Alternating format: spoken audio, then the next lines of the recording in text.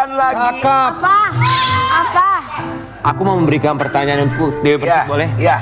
Kamu tuh ketika bercerai, mahar yang dulu dikasih kemana ya?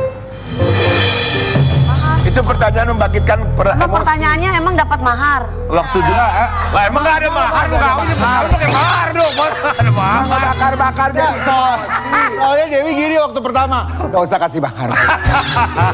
It's okay. Yang penting seperangkat alat sholat sudah. Maharnya dia yang beli soalnya. Ini dengerin. Apa? Memang Kak Dewi saat ini mungkin udah pokoknya jadi kita nggak pernah tahu orang itu nasibnya besok. Ya. 1 jam lagi kita nggak pernah tahu. Benar. Tiba-tiba dia mendapatkan suami yang Dapat suami yang tanggung jawab, Dimaharin. sesuai dengan akidah, syariat. Pokoknya yang Dimaharin. Kasih mahar yang normalnya orang pernikahan. Kita nggak pernah Guys, tahu. tapi gini. Kita jangan pernah menuntut. Guys, sini ada artis mau cerai, maharnya minta dibalikin sama suami. Aku tahu. Maksudnya suaminya yang minta balikin? Iya. Aku tahu Ciki Pauzi kan? Cikita Medi. Dibagi-bagi ambiar kita akan hadirkan bersama dengan Ustadz Dery. Ini dia Cikita Medi.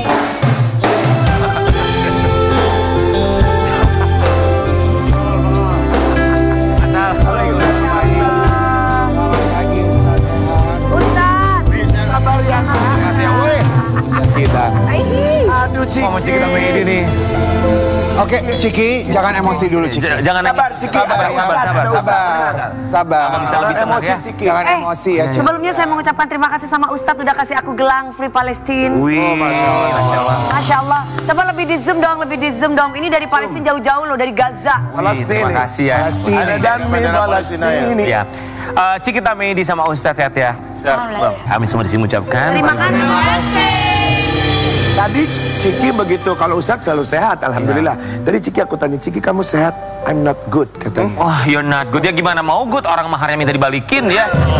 Bukan cuma mahar tapi DP rumah diminta dibalikin. Apa? Suami katanya begitu. Kalau menurut aku sih balikan deh Cikita. Enggak, jangan. Apa ya Ustadz? Kalau saran aku enggak.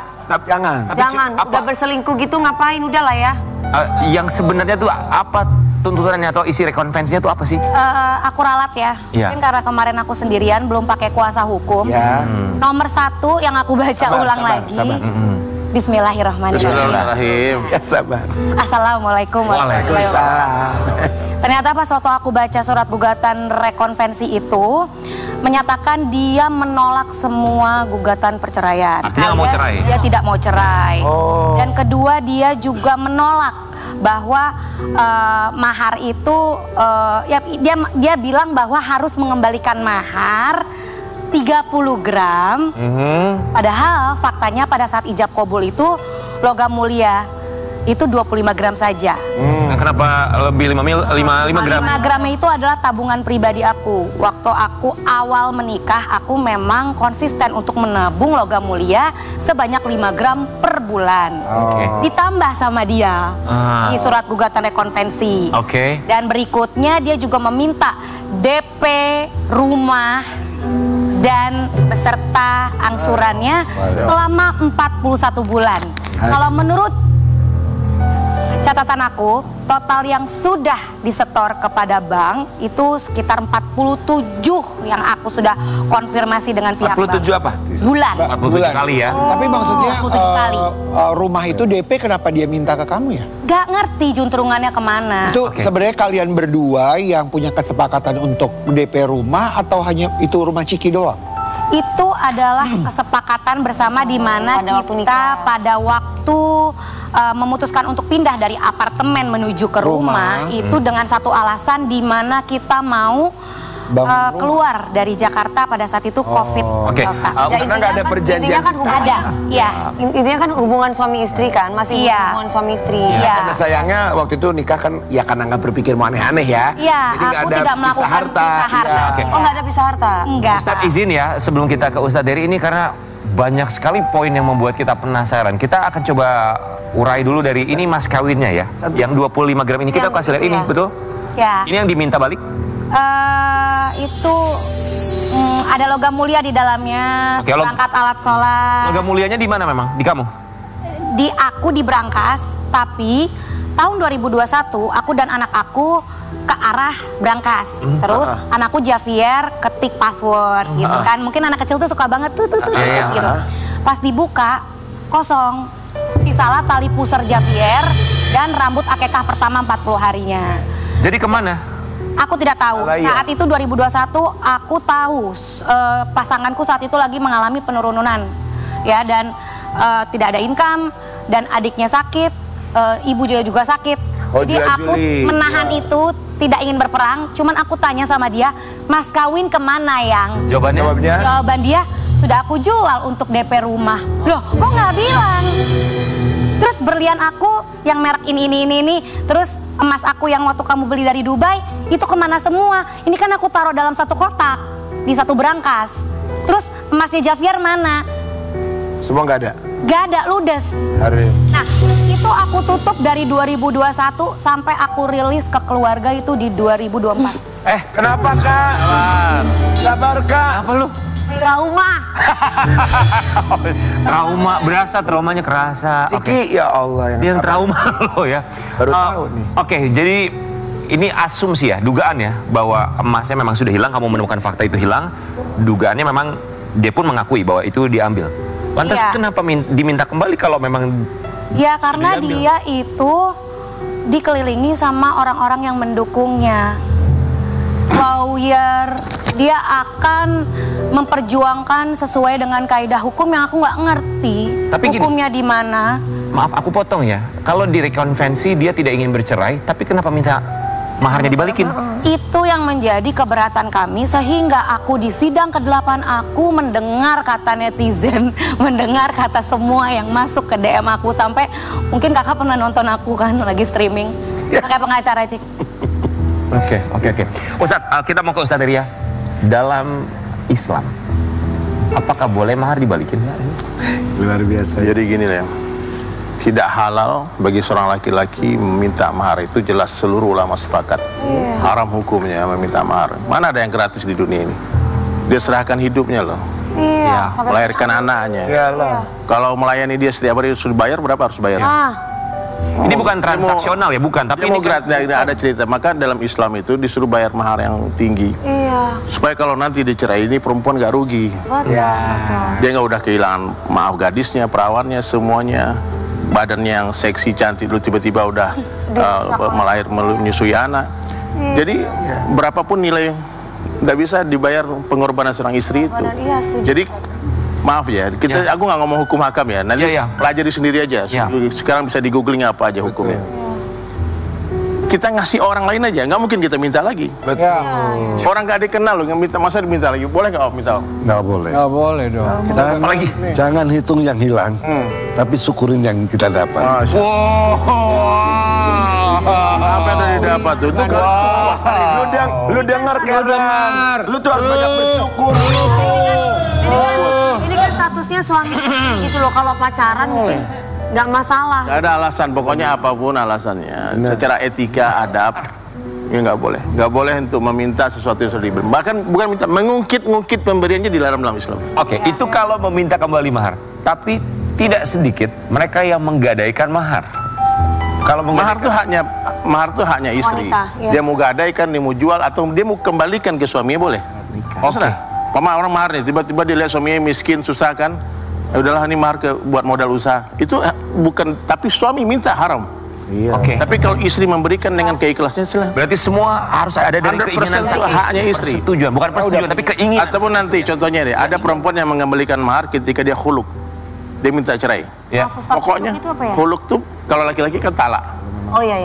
Kalau khuluk, contohnya sekarang kayak Cikita itu kan khuluk sebetulnya. Dia khuluk, aku nggak mau.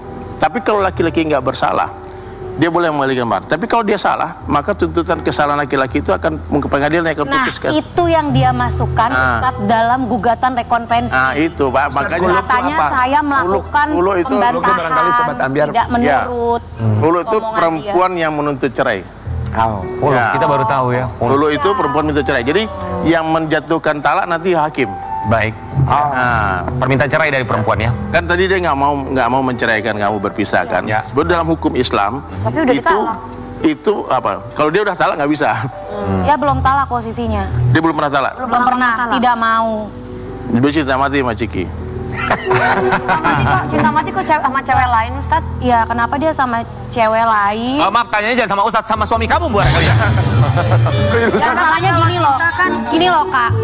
Ini masalahnya suami hilang.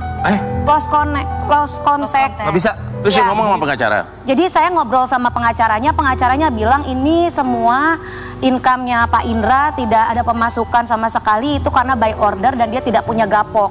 Dan ini juga berefek dari berita viral ini. Jadi aku ngomong sama pengacaranya udah kayak ngomong sama tembok gitu. Oke. Betul gini loh Ciki, kan udah masuk pengadilan agama ya. Hakim tentu memiliki ilmu yang lebih dahsyat untuk betul. Kan ya. Kalau seandainya memang laporan itu hilang, itu udah diambil. Sebetulnya kalau memang itu masih ada ya, untuk lepas. Mama duit ini ada sebagainya kan, emas itu semua kan. Udahlah, ada perempuan yang nggak mau ribut ya. Iya. Udah, nih balikin mahar dulu semua. Di rumah lu balikin. Tapi minta gak boleh loh. Iya. Terus perempuannya ngembaliin. Oke. Ini bercerai, ngomongin soal perceraian Ustadz ya. Untuk aset dibagi dua, itu tuh gimana sih hukumnya? Pembagian aset dalam Islam, seperti apa Ustadz? Ya Allah hidayah. Kalau menurutku ya, ada anak yang masih tinggal di ada anak, tanggung jawabnya suami. Terus kalau laki-laki itu dia punya hati nurani ya, dia nggak mungkin, ya udahlah. Masalahnya nggak ada nurani lagi. Tapi sebenarnya ya kalau laki-laki udah ngasih buat kasih sakit apa buat perempuan. Apalagi Ustadz, kalau misalkan sudah bercerai Ustadz, si mantan masih single, itu kan tetap harus dinafkahi ya Ustadz sampai masa idahnya habis. Ada tuh. Masa idahnya habis atau sampai selamanya dia misalkan single gitu? Enggak. Sampai masa idahnya habis. Oke, Ciki, tadi sempat dibahas bahwa suami, karena status masih suami ya, meminta DP rumah. DP rumah dan angsurannya. DP rumah dan angsuran, oke. Totalnya yang 900 juta tadi itu. DP di awal memang apakah berdua atau dia? Berdua dong. DP berdua ya? Kan kita sama-sama jual mobil. Oke. Tapi dia minta full DP? Jual rumah. Kita sebelumnya punya apartemen. Apartemen itu yang dijual untuk DP rumah, plus juga aku jual mobil aku dan jual mobil dia. Untuk cicilan biasanya? Cicilan total dari aku. Tapi itu dia minta semua? Dia minta semua. Karena dia debiturnya, krediturnya dia kan. Iya. Nah, saat waktu kita mengajukan akad KPR itu kan berdua. Tapi nama debiturnya beliau. Tapi uangnya? Uangnya uang aku. Untuk cicilan itu aku 100% dari aku. How do you feel? Apa yang kamu rasain sih? Membantu karena dia lagi jatuh. Sekarang apa yang kamu rasain? Kosong. Bingung. Selalu perempuan yang jadi korban tuh. Bingung. Pasti. Karena aku udah kasih kepala buat dia dan keluarganya. Karena dia emang Mana aku ngadu? Ciki emang dia nggak bisa dihubungin. Enggak. Gini sebetulnya gini Bang, Dewi ya.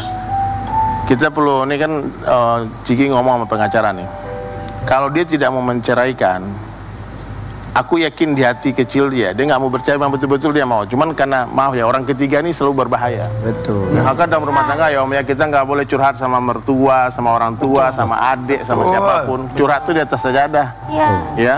Pokoknya seorang suami ini yang menceritakan aib istrinya kepada ibunya, berarti dia telah mengajarkan ibunya untuk membenci istrinya kan gitu. Betul. Apalagi kepada pengacara. Tapi ibu mertuaku dan almarhum itu dua-duanya udah almarhum.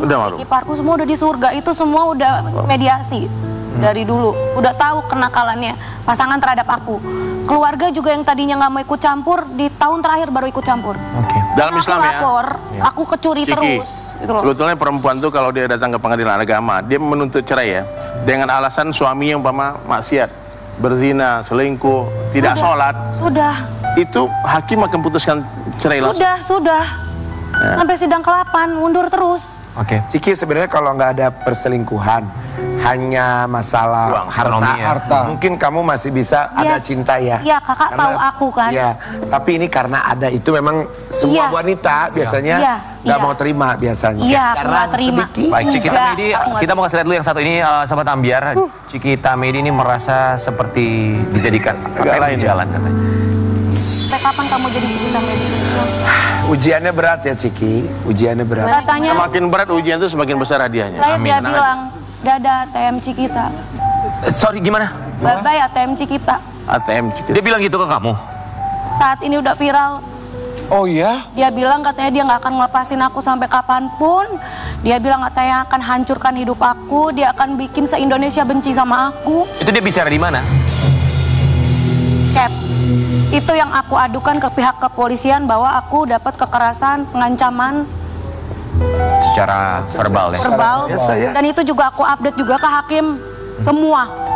Terus Bukti gimana? dia mencuri, bukti dia memanipulasi rekening aku. Jadi itu yang menyebabkan Bukti dia tarik tunai juga ada. sidangnya ditunda lagi, diproses Ditunda lagi karena menunggu jawaban dan bukti. Wow. Ternyata kemarin Allah berpihak di pihak aku.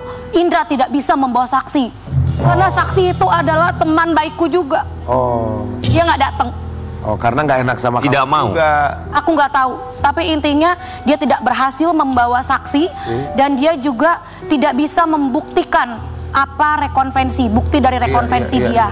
Yang menggugat mahar dan DP serta cicilan. Dan cuman hanya 7 yang dia serahkan kepada hakim. Dan aku melihat dengan kuasa hukum aku tidak relevan. Cuman hanya bukti admin, KTP, kartu keluarga asli, DP, bukti DP rumah, cicilan KPR, dan juga bukti codet yang mau akan dia lakukan aku untuk memasukkan aku ke pasal KDRT. Yang waktu itu pernah dibahas ya? Iya, Pasal KDRT. itu, iya. Dia mau nyerang aku di situ. Oke. Tapi nggak berhasil ya, belum berhasil ya. Baik, Aku nggak tahu. emosional tuh satu kata yang bisa Wajar. mewakilkan perasaan dari seorang Cikita Medi, tapi bukan hanya dia, keluarganya pun merasakan hal yang sama, adiknya. Laki Ini dia. jangan. Ya wajar ya adiknya Wajar, bereaksi. wajar. Wajar. Orang wajar. tua kamu bilang apa? Sudah mulai capek. Namanya udah orang tua. Jadi Ya, Kak. aku bilang, nih Cika akan pilih kuasa hukum. Ya aku pilih Bapak Haratua Panggabean dan tim.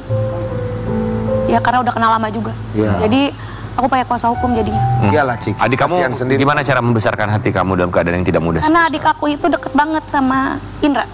Oh. Oh gitu. Deket banget. Jadi dia Makanya nggak kecewa nyangka. ya? Kecewa banget. Apa kalimatnya? Karena waktu dia nggak punya uang, adik aku yang prelovin Adiknya Cikita. semua barang-barang dia. Saat Cik. dia nggak punya uang untuk makan. Untuk visit klien atau nasabah. Itu adik aku dan ibu ayahku yang membantu e-commerce kami streaming live. Orang tuaku juga bantu bayar KPR. Oh, Dan terakhir aku bayar utang-utang dia. apa rasanya punya rumah tangga, punya cicilan, tapi cicilan mau tidak mau orang tua yang membayarkan cicilan? Hancur. Kepalaku tuh isinya mami papi. Sekarang cuma minta mereka panjang umur. Amin. Makanya aku mau ingin kembali ke mami papi. Karena beliau udah bilang bahwa mami udah tahu awalnya kamu akan dijadiin ATM. Tapi mami berbesar hati melepas kamu, makanya mereka ngawasin aja dari jauh. Dan akhirnya tersebut juga pasangan ini ngomong bahwa berhenti Cik jadi ATM Cikita. Berarti dia tahu aku tuh mampu. Baik, agenda sidang berikutnya apa? Kesimpulan dari kedua belah pihak yang akan diupload di e-court sebelum jam 15.00. Hari ini? 14 Oktober. 14 Oktober. Dan 28 Oktober aku mohon semesta tolong putuskan. Cikita Medi, apa yang disampaikan untuk Indra jika dia menyaksikan? Jangan jahat-jahat jadi orang.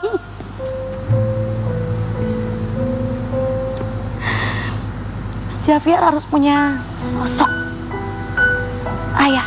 Aku tahu dia fatherless juga dari kecil. Dan aku juga curhat sama ayahnya. Dia dapat dukungan juga, support. Aku sempat voice note sama ayahnya. Tapi karena mungkin ayahnya juga udah lama nggak berhubungan sama si pasanganku ini, dia juga nggak bisa menasehati karena nggak direspon juga. Jadi nggak ada yang bantu aku gitu untuk memediasi ini. Karena dia udah pakai kuasa hukumnya yang kelihatannya misoginis juga. Tapi ya, Karena aku disalahin sama lawyernya, aku dibilang no shoes, membangkang, tidak mendengar. Bagaimana aku bisa membela dia? Padahal dia main money game, dia suka pencet wanita, segala macam. Tapi dia bilang aku nusyus. Makanya ketaatan baru nusyus. Kalau dalam maksiat nggak ada nusyus. Ya wajar namanya kuasa hukum. Di dalam rekonvensi seperti itu, Kak. Itu yang bikin aku pecah. Kepala aku cuma isinya Javier, Mami, Papi, adik-adik. Dan rumah yang nunggak 70 juta. Cikita Medi, kita doakan semoga bisa menemukan jalan terbaik, dimudahkan, dilancarkan segala urusan, dilembutkan hati kedua belah pihak. Itu yang penting supaya anak tidak menjadi korban ya. Iya pasti. Terima kasih banyak ya sudah memberikan ilmu baru kepada kami semua di sini. Sabar. Jangan jahat-jahat jadi orang. Satu pesan buat siapapun itu. Kita kembali saat lagi tetap di Pagi-Pagi Abi ya.